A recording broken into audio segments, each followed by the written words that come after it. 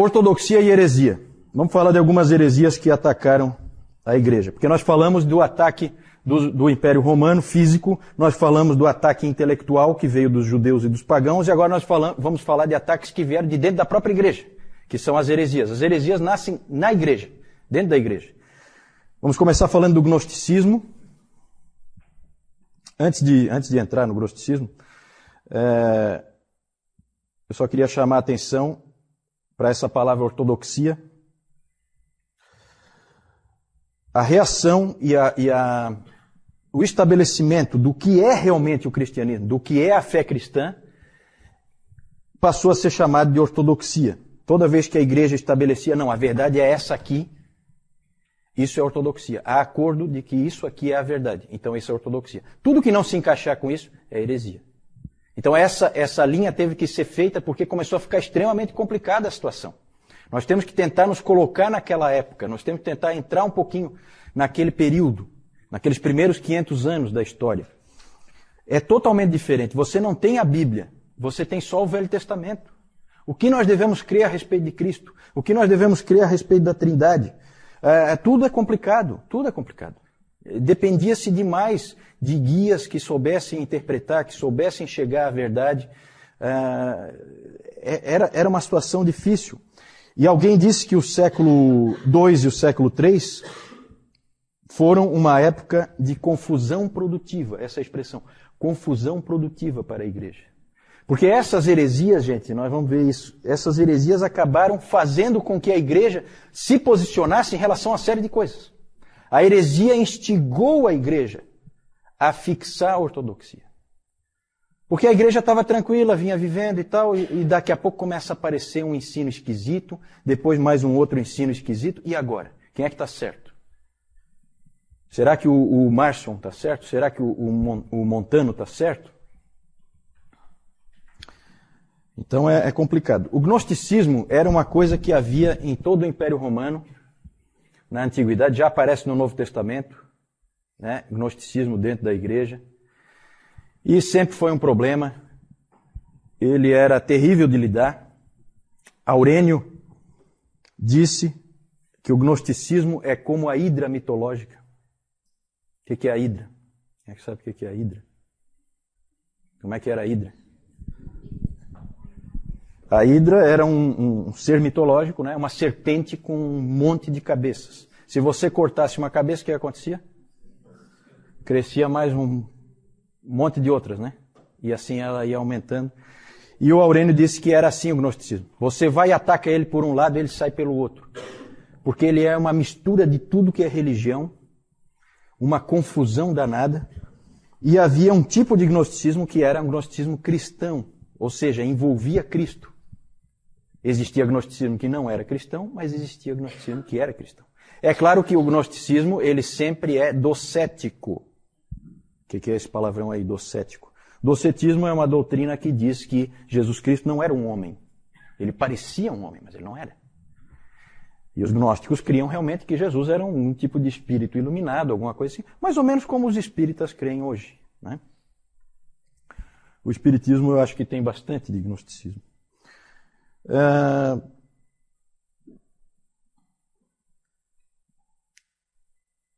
O gnosticismo ele era sofisticado, cheio de filosofia dentro dele, metido a científico, né, como o nosso espiritismo hoje também é, né, metido a científico, querendo dar uma impressão de que se trata de uma coisa científica, e com explicações bem elaboradas.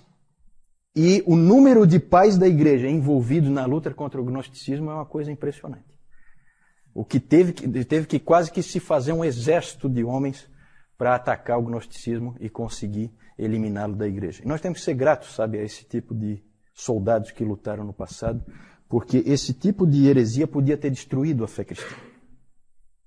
E é claro que Deus está no controle, Deus é soberano e tal, mas ele usa homens. E ele usou homens. Vários tiveram que atacar o gnosticismo. Algumas ideias, o gnosticismo é muito complexo, não tem como a gente entrar em detalhes, mas algumas ideias típicas do gnosticismo que sempre vão aparecer é, por exemplo, o dualismo. Existe um Deus bom e um Deus mau. O Deus mau Na versão cristã, o Deus mau é o que criou esse mundo, porque esse mundo é mau. Então foi o Deus mau que criou esse mundo. É o Deus do Velho Testamento. E o outro Deus é o Deus bom, que é o Pai. O Pai e Jeová são dois deuses diferentes dentro da visão gnóstica e que estão em constante conflito. A salvação, ela nada mais é do que escapar desse mundo material, porque a matéria é ruim, escapar do mundo material e conseguir ir para o mundo espiritual. Cada vez mais para o mundo espiritual. E onde é que entra Jesus nisso aí? Ele é um guia para te levar para esse mundo espiritual. A salvação dele é só nesse sentido, não tem nada a ver com cruz, nada, isso aí tudo está fora, tá? Dentro do gnosticismo. Então é uma heresia bem clara. E é interessante porque o gnosticismo ele apela muito, né? Porque havia todo tipo de esquema. Sabe essas coisas assim que o ser humano gosta, certo? Existia um esquema lá que eram 365 níveis que você tinha que galgar de espiritualidade. Porque no gnosticismo você é salvo pelo conhecimento, e conhecimento espiritual. Então havia 365 níveis que você tinha que galgar, em cada um havia um senhor, esses níveis são chamados de eons, havia um senhor e uma palavra-chave que você tinha que usar para superar aquele senhor daquele nível, para você ir se libertando. Esse tipo de coisa apela, tá, para o ser humano. O ser humano gosta desse tipo de bobagem. Até videogame é assim, né? O pessoal do videogame, né? Não é assim, vários níveis, aí você tem lá uma palavra-chave que você entra, não sei o que, tal, e você consegue ir para outro nível. É mais ou menos por aí. O David Calhoun, ele compara a luta dos gnósticos nesses níveis com Star Wars do 2º século, né? É mais ou menos isso. No gnosticismo, como eu já disse, a salvação é pelo conhecimento. Hoje nós temos aí a nova era, que é bem, né, um renascimento, um reavivamento do gnosticismo, com todas as suas facetas. Sempre vai ter várias formas. Ele nunca é uma coisa definida, clara, é sempre meio nebulosa. Naquela época, uma coisa muito interessante, que vai ser muito importante na história da igreja, é que os gnósticos começaram a escrever um monte. E começaram a dizer que quem escreveu foi o apóstolo tal, foi o apóstolo tal. Aí começaram a aparecer aquele monte de evangelhos. Um dos mais famosos é o evangelho de Tomé, que tem aquelas historinhas, né, de Jesus na infância, sabe aquelas? Que daí ele ressuscitou o passarinho e não sei o quê. Tudo falso, tudo absolutamente falso, escrito por gnósticos. E no evangelho de Tomé a tentativa qual era? Colocar essas doutrinas falsas na boca de Jesus Cristo. Fazer com que ele tivesse dito aquilo. E a igreja teve que lutar contra esse tipo de coisa. Aí apareceu o evangelho de Tomé, o evangelho de Pedro, o evangelho de Judas, esse que acharam agora recentemente, como se fosse uma coisa assim fantástica. Todo mundo sabe desde o 2º século que tem um monte de evangelho circulando. Não tem nada de especial em ter aparecido, o evangelho de Judas. Todo mundo sabia que tinha esses evangelhos. Esse é só mais um. Todos eles falsos.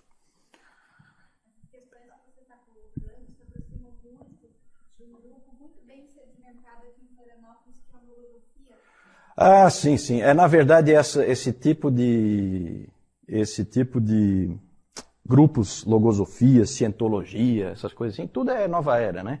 Então tudo vai nesse lado do gnosticismo, do conhecimento de si mesmo, conhecimento dos níveis espirituais e tal. Tem vários gostos aí, né? Você tem vários sabores desse tipo de coisa. O gnosticismo não morreu, mas felizmente ele se separou da igreja. Graças a esse trabalho desses homens do passado que trabalharam foram muito aguerridos e fizeram um trabalho muito bom. Vamos passar para o próximo rapidamente, o marcionismo. Márcio? Estou trazendo mais um. E esse é bom, hein? Esse aí é dos bons. Alguém já disse que esse Marcion foi o maior inimigo...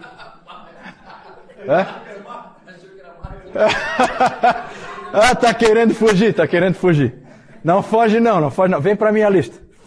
O marcionismo. esse Marcion, alguém já disse que foi o maior inimigo individual da igreja em toda a sua história. De dentro, né? De dentro. Foi um homem que poderia ter destruído o cristianismo. De novo, houve aí os guerreiros, os lutadores que lutaram contra ele. Esse Marcion era filho de um bispo de uma igreja da Ásia Menor, de Sinop, mas ele acabou indo para Roma, ainda jovem, e ele foi influenciado pelo gnosticismo, ele tinha influência do gnosticismo, e na verdade a heresia do marcionismo forçou a igreja a definir o cânon. Sabe por quê? Quem é que sabe? Porque o Marcion... A Deb sabe, né, Deb? Porque o Marcion definiu um cânon ele mesmo. Certo? O herói de Marcion, ali o Marcion, na verdade, o pensamento dele é uma mistura de cristianismo com gnosticismo, com docetismo, tudo misturado. O herói de Marcion era Paulo. F.F. Bruce disse, é até uma frase interessante dele, que ele fala assim que ninguém entendeu tão bem Paulo nos primeiros séculos como Marcion. E ele entendeu completamente errado.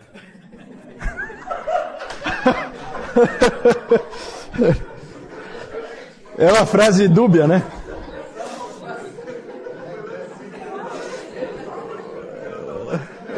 Aí derruba. Não fui eu, foi o F.F. Bruce. O Marcion achava que o Deus do Velho Testamento criou este mundo, no estilo dos gnósticos, né? E o Deus do Velho Testamento criou esse mundo com insetos e com feras e com sexo, coisas que o Marcion não gostava. Tudo que era do corpo, para Marcion, a matéria era do mal, e o corpo era a coisa mais odiosa já criada, né? O corpo humano. O Tertuliano, inclusive, fez uma chacota do Marcion. Ele fez uma chacota. Ele chegou e escreveu assim: Ó Marcion, de que maneira tu vieste a existir?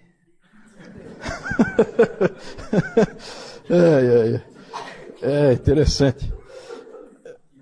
Os pais da igreja atacaram muito o Marcion e suas ideias, eles viam que era um inimigo perigoso. O Irineu escreveu o seguinte: tendo dois deuses, Marcion acaba não tendo Deus nenhum. E é verdade mesmo, quando tem mais de um Deus, não existe Deus.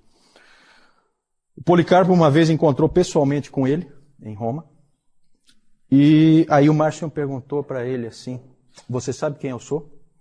Aí o Policarpo: sei, você é o primogênito de Satanás. A coisa era nesse nível.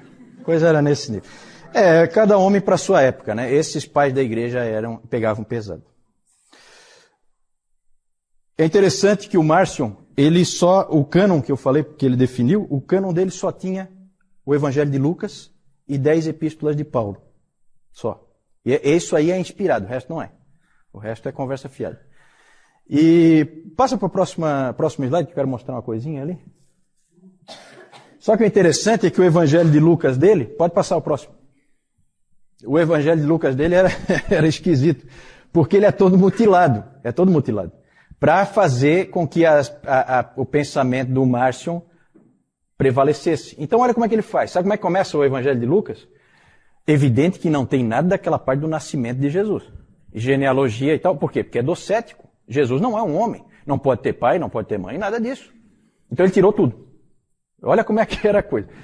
Né? O Nilton estava falando que a Bíblia é distorcida e tal. Já foi pior, hein, Nilton? Tinha época em que os caras cortavam os pedaços que queriam. Então era assim, o Evangelho de Lucas dele começava com Lucas 3:1 e ia para Lucas 4:31. Ele juntou os dois. Aí fica assim, no 15º ano do reinado de Tibério César, sendo Pôncio Pilatos governador da Judeia, Herodes tetrarca da Galileia, seu irmão Filipe tetrarca da região da Itureia, e Traconites e Lisânias tetrarca de Abilene, desceu a Cafarnaum, cidade da Galileia, e os ensinava no sábado. Esse desceu é do céu. Sabe? Então, naquela época, ele desceu em Cafarnaum.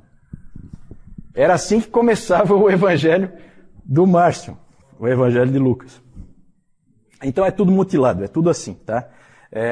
Ele realmente adaptou a palavra ao seu próprio gosto, como é muito comum fazer, né? É normal esse tipo de coisa até hoje em dia, esse tipo de adaptação da palavra ao gosto da pessoa.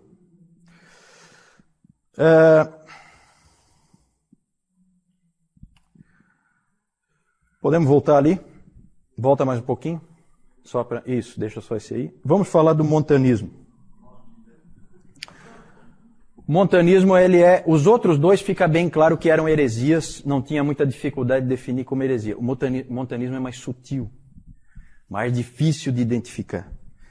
Foi considerado heresia, por fim, mas ele foi mais difícil assim de refutar. Ele é diferente dos outros dois. Montano era um bispo da região da Frígia. Ele, na metade do segundo século, na verdade é assim, ó, o Montano, o ensino dele era de uma ênfase no Espírito Santo e em dons miraculosos do Espírito Santo. Porque o que aconteceu na metade do segundo século? Metade do segundo século, vocês aqui? Quando é mais ou menos? Metade do segundo século? 150. Lá mais ou menos ali pelo ano 150. Muito bom. E o que começou a acontecer? Todos os dons miraculosos começaram a desaparecer da igreja. Não havia mais profecias, não havia mais curas. Tudo começou a desaparecer, simplesmente desapareceu, não acontecia mais. E diante dessa circunstância, você pode ter duas abordagens. A que a maioria seguiu, de que Deus descontinuou isso. Simplesmente não interessava mais fazer. Então Deus parou esse tipo de ação. Essa era a posição da maioria. Mas os montanistas não aceitaram isso. Eles alegaram que esses dons miraculosos tinham desaparecido por causa da apostasia da igreja, o mundanismo da igreja. A igreja não era suficientemente séria. Então eles disseram que não é verdade que tinha cessado tudo isso. Eles diziam que continuava, na verdade, toda a obra do Espírito e que Deus ainda falava. O Montano disse que Deus falava através de homens como falou através de Paulo. Da mesma forma. Especialmente através de um homem. Adivinha quem? Ele mesmo. Montano. Né? Então ele dizia que Deus continuava falando através dele e de algumas pessoas que eram do grupo dele, no caso duas mulheres, duas profetisas, Prisca e Maximila. Essas duas ele dizia também que recebiam revelações diretas da parte de Deus. Há inclusive registros de que uma vez Montano disse: "Eu sou o Deus onipotente habitando em um homem." Humilde, humilde. Não tem nenhum Montano aí não, né? Não. Humilde tem, né? Então tá bom. Essa então era uma ênfase muito forte nos dons do Espírito, no Espírito Santo. Ele dizia inclusive que tinha terminado a era do Filho e que estávamos entrando numa nova era, a era do Espírito. E eles também tinham uma ênfase muito forte no fim dos tempos, na vinda iminente de Cristo. Outra ênfase deles era uma disciplina extremamente rígida. Extremamente rígida. Eles eram extremamente ascéticos. Uma vida assim de privações eles seguiam. E se alguém pecasse no meio deles, nas igrejas montanistas, se alguém pecasse era excluído imediatamente e sem volta. Certo? Então eles tinham assim essa cultura da perfeição. O que deixa todos os estudiosos estupefatos até hoje é o fato de um homem inteligente, extremamente capaz como Tertuliano, ter se encantado por essa heresia aí. É uma coisa que não se entendeu até hoje, né? Então, nos pais da igreja tem alguns assim que não viraram santos. Né? Não viraram santos na igreja romana, nem na igreja ortodoxa. Um deles é o Tertuliano, o outro é o Orígenes. O Tertuliano é considerado pai da igreja, mas ele deu essa... Então, não se sabe direito por que ele... Até hoje não se sabe direito por que ele pendeu para isso. Não se sabe se exagera o que os montanistas realmente eram, ou se ele pegou uma forma modificada ou alguma coisa assim. Mas ele deve ter se encantado muito por essa parte da disciplina e tal, porque ele era um indivíduo extremamente rígido. Para armar-se contra essas coisas, pode passar aí. Qual era o desafio da ortodoxia, então? Da igreja que ficava firme na verdade. O que ela tinha que fazer diante dessas heresias? Ela tinha que estabelecer com clareza a fé, e, ao mesmo tempo, tomando cuidado de manter o mistério, porque também tinha que tomar cuidado para não falar demais, para não dizer coisas que desonrassem a Deus, porque também Deus está no céu e nós estamos aqui na terra, e deve-se ter cuidado na hora de definir as coisas. Eles tinham essa preocupação. E a igreja, então, respondeu de 3 formas diferentes a essas heresias. Criando um cânon, estabelecendo um credo e instituindo a figura dos bispos. Certo? Tudo tem uma explicação histórica. Podemos passar? Pode passar essa? João? Eu acho que é só uma. Aqui nós temos alguns símbolos gnósticos aqui. Nós não sabemos o que é que eles representam, né? O que é que significam esses aqui, mas era o que era usado naquela época, tá? E aqui nós temos um retrato falado... o Marcion aqui, né? Uma versão mais brusca do Marcion.